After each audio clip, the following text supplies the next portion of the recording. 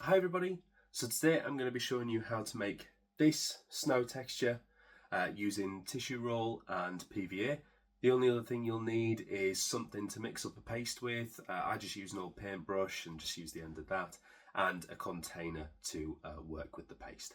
So first thing we're going to do is we're going to take our, in this case, toilet roll, and we're just going to tear it up into very small pieces and put that into the container that we've selected.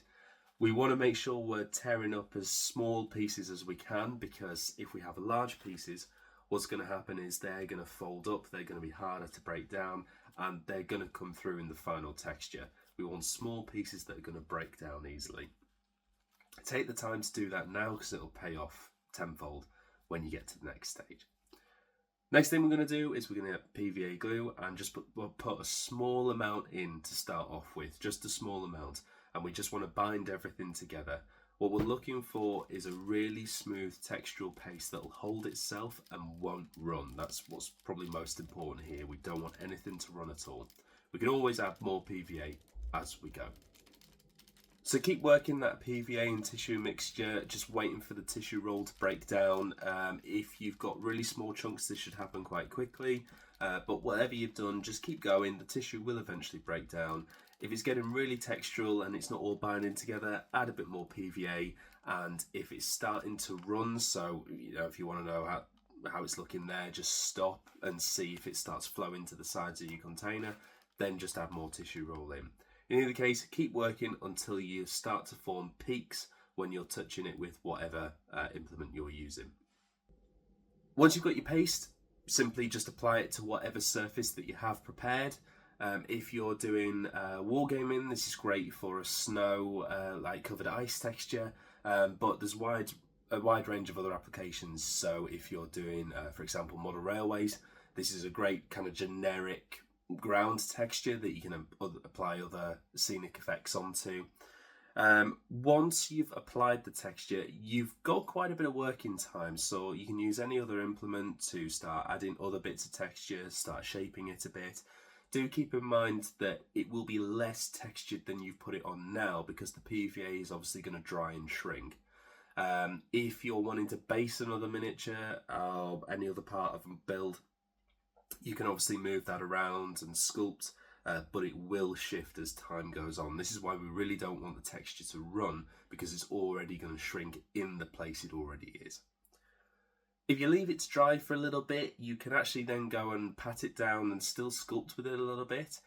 So as you can see on the screen now, I'm just trying to smooth it out a little bit and try and get rid of some of the little creases that are formed, imperfections, just try and create a general smooth surface. Again, even at this late stage, you can move it around. Just be careful that because it has dried to some degree, it could tear and break if you play with it too much. If you want that continuous smooth surface, then kind of just leave it alone at this stage. Once it's fully dry, you can actually see around the edges how much it's shrunk. You can see it's gone really transparent and the whole level has gone right down. But it's now nice and solid for us to either paint or to do additional scenery on.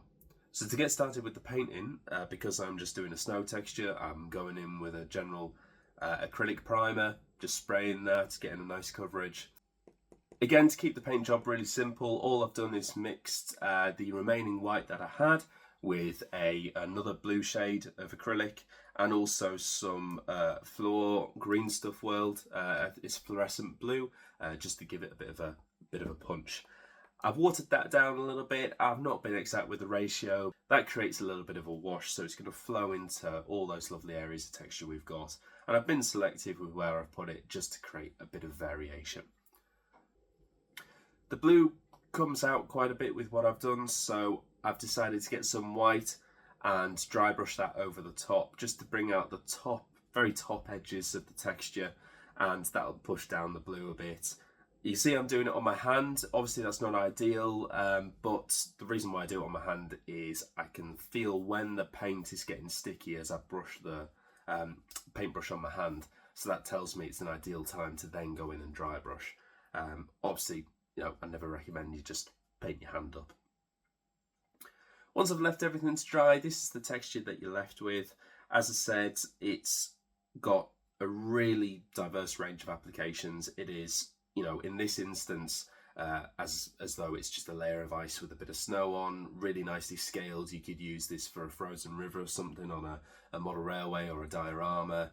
In this case for miniature basing, because it goes quite level, it will actually be great for then putting your miniatures on top if you just do your bases and your miniatures separately, or earlier in the process, just get a toothpick or something to carve out an area for those to stand in, and it'll look like they've sunk into the snow, which is something that a few people miss from time to time.